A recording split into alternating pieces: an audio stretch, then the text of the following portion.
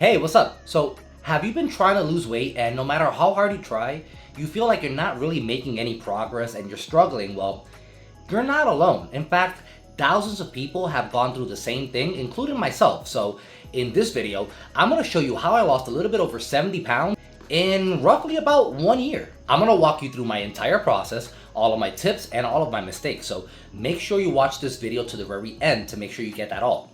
So step number one is going to be knowing the basics of nutrition.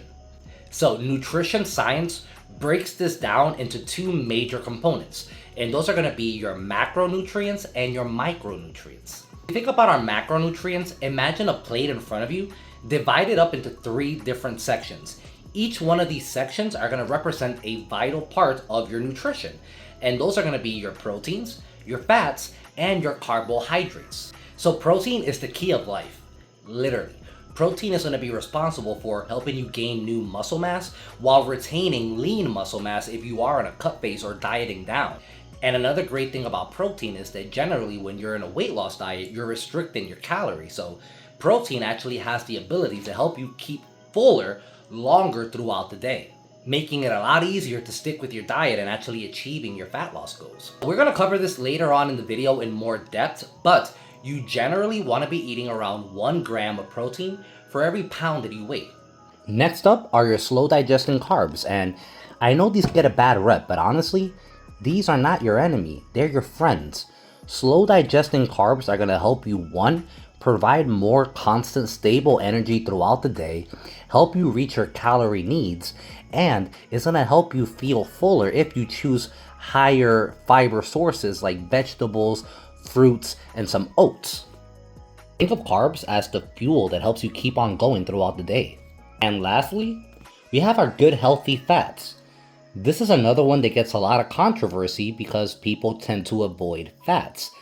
Having enough healthy fats in your diet is going to help you, one, maintain healthy hormone levels, and actually maintain a healthy sex drive.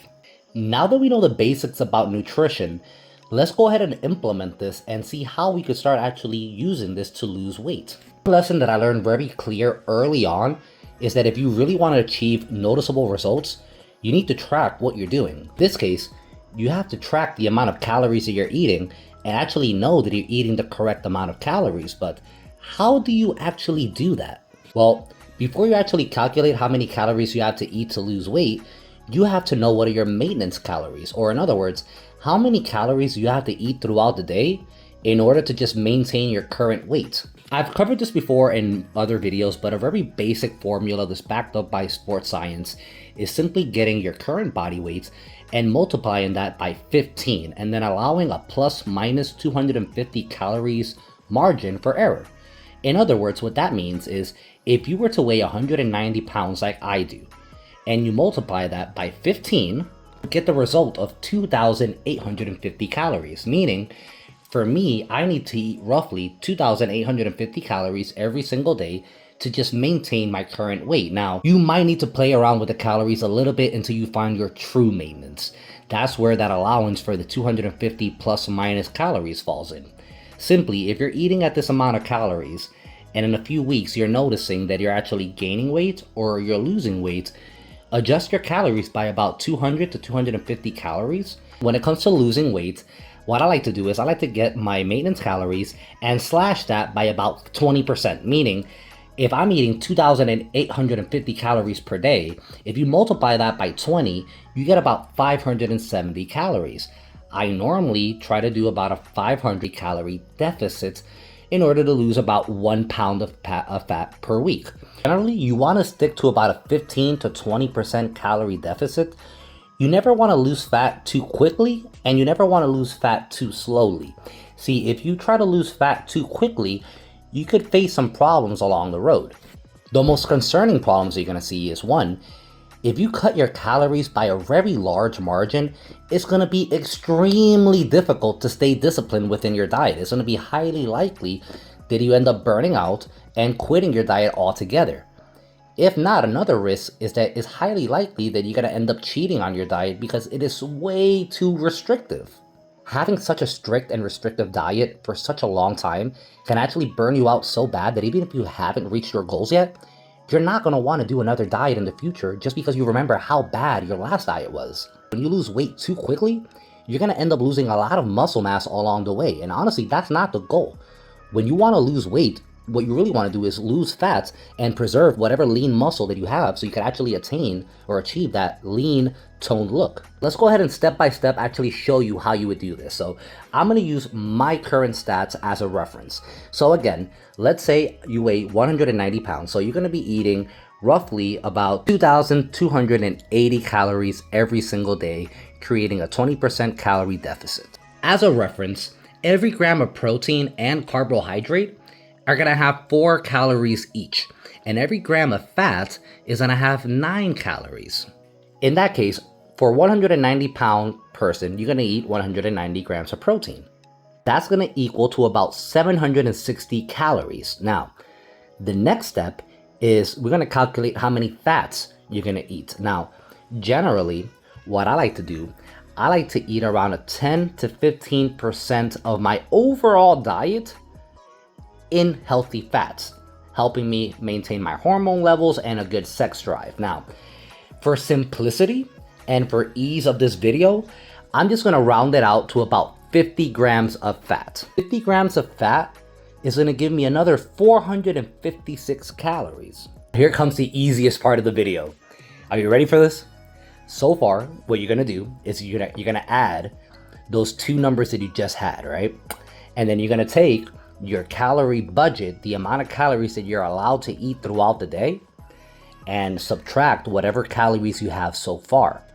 Whatever is left over is free game for you to eat in carbs, preferably, or any other macronutrient that you decide. Preferably, you should eat them in carbs to help you, one, have more energy throughout the day, and to make your diet more pleasant. If you have the carbs available, use them. In my case, having this calorie schedule, it leaves me around 260 to 270 grams of carbs that I can eat throughout the day to give me roughly about 1,064 calories to about 1,070-ish calories, rounding out my total calorie budget for the day, ensuring that I'm in a calorie deficit. A lot of people see that high amount of carbs and they think, oh my God, I'm gonna gain weight if I eat that. But no, when it comes to losing weight, the very simple rule that you need to follow is calories in versus calories out. Losing weight is a thermodynamic game. If you expend more calories than you consume, or in other words, if you burn more calories than what you eat, you're gonna lose weight. Take this formula and just apply this with your own stats, with your own weight. And to make it even easier for you, you don't have to manually track this. There are lots of free apps out there that will track all the food that you're eating and track the calories and how many proteins, how many fats, and how many carbs you're eating, making it so easy. Now, while this is gonna help you lose a lot of weight, one thing that you can do that I did when I was trying to lose weight is simply add physical activity into your daily routine. Now, I'm not saying going out and running 5 to 6 miles every day and then swimming another 10 miles and then doing 5 hours of cardio. No. It's as simple as making sure that you're getting in about 10,000 steps per day, and it's really easy to track. You just turn on your step tracker on your phone and just do some light activity that you enjoy.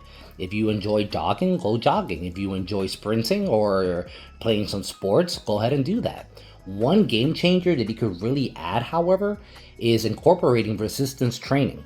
When you go to the gym and you're actually working out and you're doing resistance training, that's a real big changer, because there you're actually allowing your body to not only burn off fat, but at the same time increase the lean muscle mass that you have on your frame. This is going to make it a lot easier for you to keep on losing weight, because the more muscle mass that you have on your body, the higher metabolic rate you have. Or in other words, you're going to burn more calories just by being at rest because you're carrying more muscle.